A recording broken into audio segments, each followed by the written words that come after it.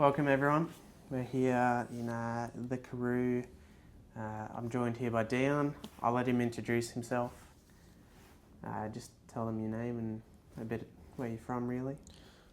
Yeah, my name is Deon Vivier, and from a small town called Beaufort West, out in the Karoo in South Africa, in the Western Cape. Just born and bred on the farm. Very good. Obviously, on this channel, we enjoy talking about all things hunting, shooting related. We'll start off a bit of background and go from there. So, what got you into hunting? Well, it's just growing up on the farm. Just my dad and my brother. It's always been hunting in the family, and so just got introduced at a young age, and always been keen to learn and explore the hunting industry, and kind of grew up living and being in the industry. And is that, obviously being an Australian, is that a normal part of South African life to grow up hunting?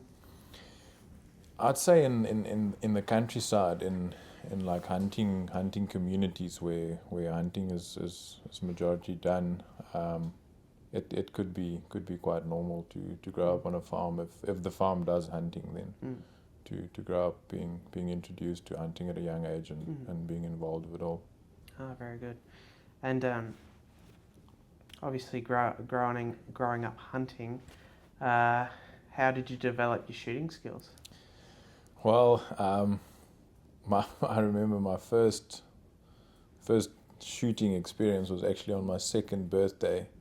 My dad gave me a pellet gun for my birthday, and I remember being quite disgusted about it all, because all my mates were getting like tractors and cars, and I thought, like, what's this thing? What am I supposed to do with it? And just started shooting from a young age, and from there developed the skills. Very good. Obviously we're here this is the Karoo area, correct? Yeah. Just tell the viewers what sort of game they'd find if they wanted to come hunt the Karoo. So the Karoo is mostly known for springbuck. There's some blesbuck around, commonly found. Kudu moved into the area a couple of years ago.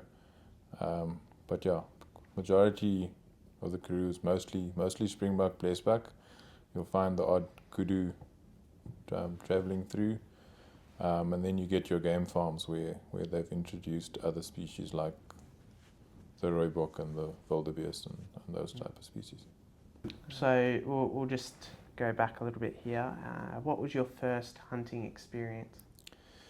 First hunting experience will be when I was 6 years old. That's when I shot my first springbuck. Dad pretty much got us out hunting, and stuck the rifle in my hand and said, "There's the buck, shoot it." So it was, thinking back, it's probably a too young age to start, but if it's safe enough, it should be right. Yeah, no, it was all done safely. So it was. Do you remember what sort of rifle and caliber you were using? Yes, I used my dad's 243. That's now mine. So back then we were still using port ammunition. We haven't started reloading yet. So I remember good old PMP reloading. PMP. They don't produce bullets anymore. No, I don't think they do. No. Would be your most memorable hunting experience, and what made it most memorable? Most memorable hunting experience, well, it's not a South African hunt. It was while my time in the US. I went mule deer hunting. It's been a bucket list species. Well, hunting in the States has been a bucket list thing to do, and it was just the whole situation. It's last day of the season, season's closing, last day to try and get one, and we managed to spot a nice big buck, and my mate and I made our way down the valley and got within about 250 meters from it, and took a shot and it went down, and it's definitely one of my most memorable hunts. It was a very good experience. And you've obviously always wanted to shoot a mule deer. Yeah, no, it was good. Do you remember what caliber and projectile you're using for that, or?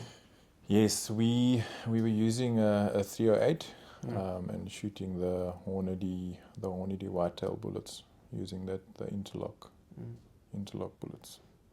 And here on the farm, what sort of rifles do you typically use, and what sort of projectiles do you typically use for the game around here?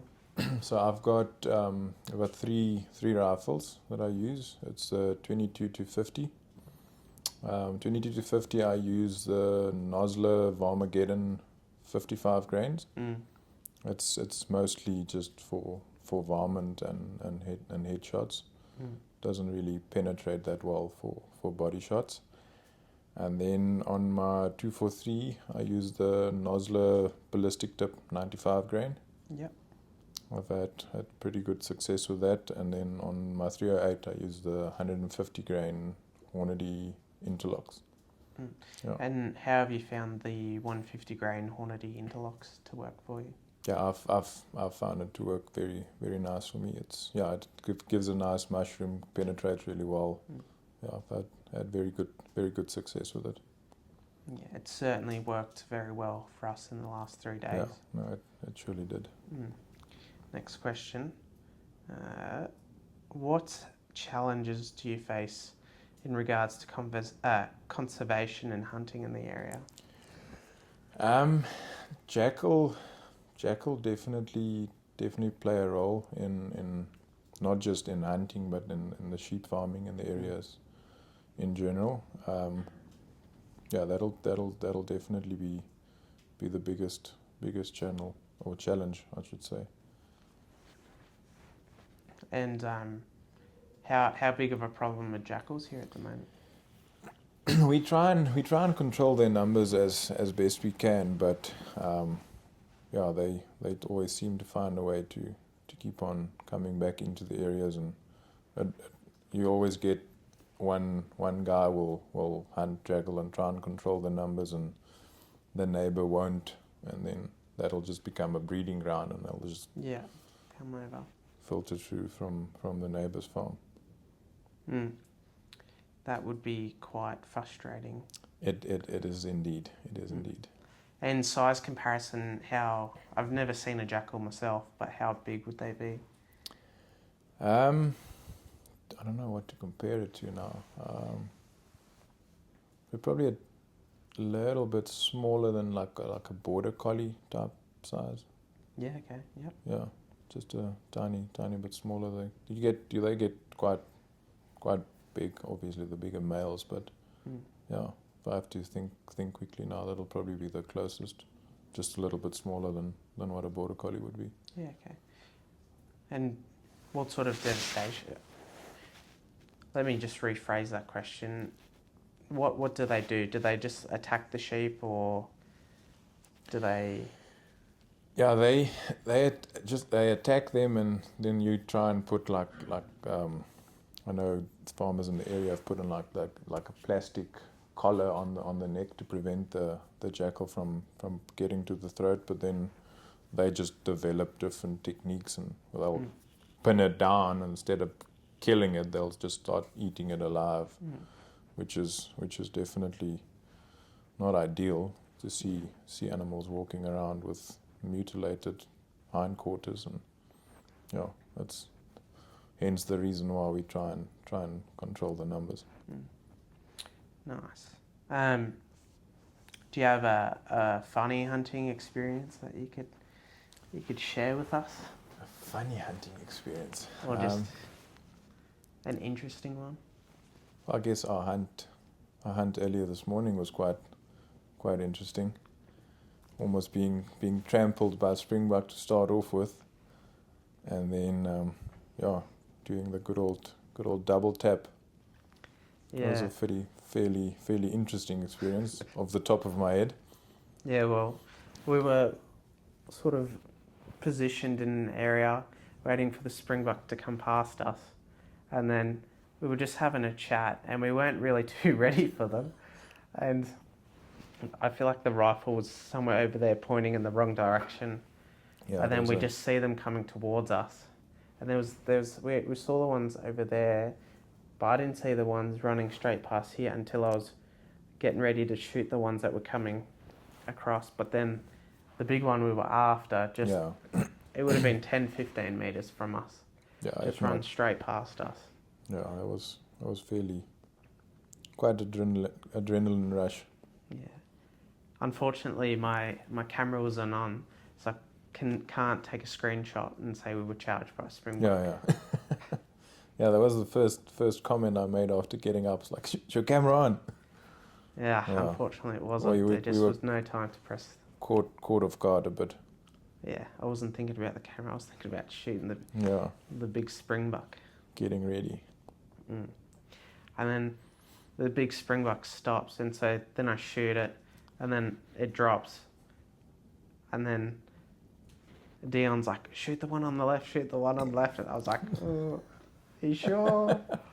And so anyways, we shot the one on the left, and we got that one on camera, so that was good. We got that shot on camera. That'll be useful. And then I think what made it a really memorable experience for me is after we shot the springbuck, we took the photos.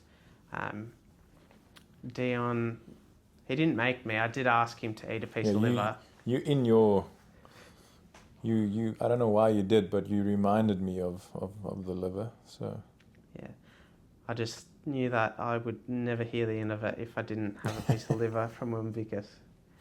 Never hear the end of it. So I ate the little square chunk of liver, and it was it was a memorable experience that you'll have to experience yourself. Yeah, it is definitely. It's not something you can describe to anyone. No, certainly not. And all of my hunting here, I shot one gemsbok, a red hartebeest, and the 2 springbok. They were all done with 308. Yeah. Is the 308.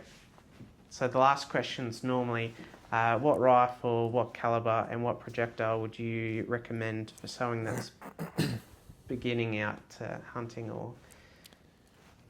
Well, I'll most probably recommend the 308, but it all depends on what the person wants to hunt. If they only want to do like small to medium game, I'd recommend the 243 actually. But if they want to do small to larger game, let's go plains game. Plains game. I'd still go for the 308. It's a very versatile. Might be a bit biased, but it's a very versatile rifle, and yeah, it's fairly accurate. So you can shoot anything from a springbuck to an eland with it. So with minimal meat damage, and that's what's important. I feel like I was skeptical because I've never really been a 308 fan, but I've come here to South Africa and I've shot 7 of my 8 animals with the 308. Yeah, and so, have you been turned? I have been turned. I think I might need to buy a 308 when I get back. Yeah, no, they're a nice caliber. Yeah. Yeah. Do you have anything to say before we wrap it up?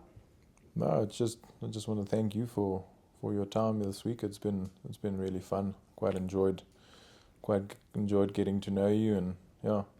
I feel like I should be. His shooting skills are on par. I can say it's good. We were challenged by the wind, fairly challenged. I'll add, but yeah, we'll have to conquer the weather we were given, and I think we made the best of it. So yeah, well done to you on a successful hunt. Thank you, and thank you for giving me the opportunity to hunt the great Karoo.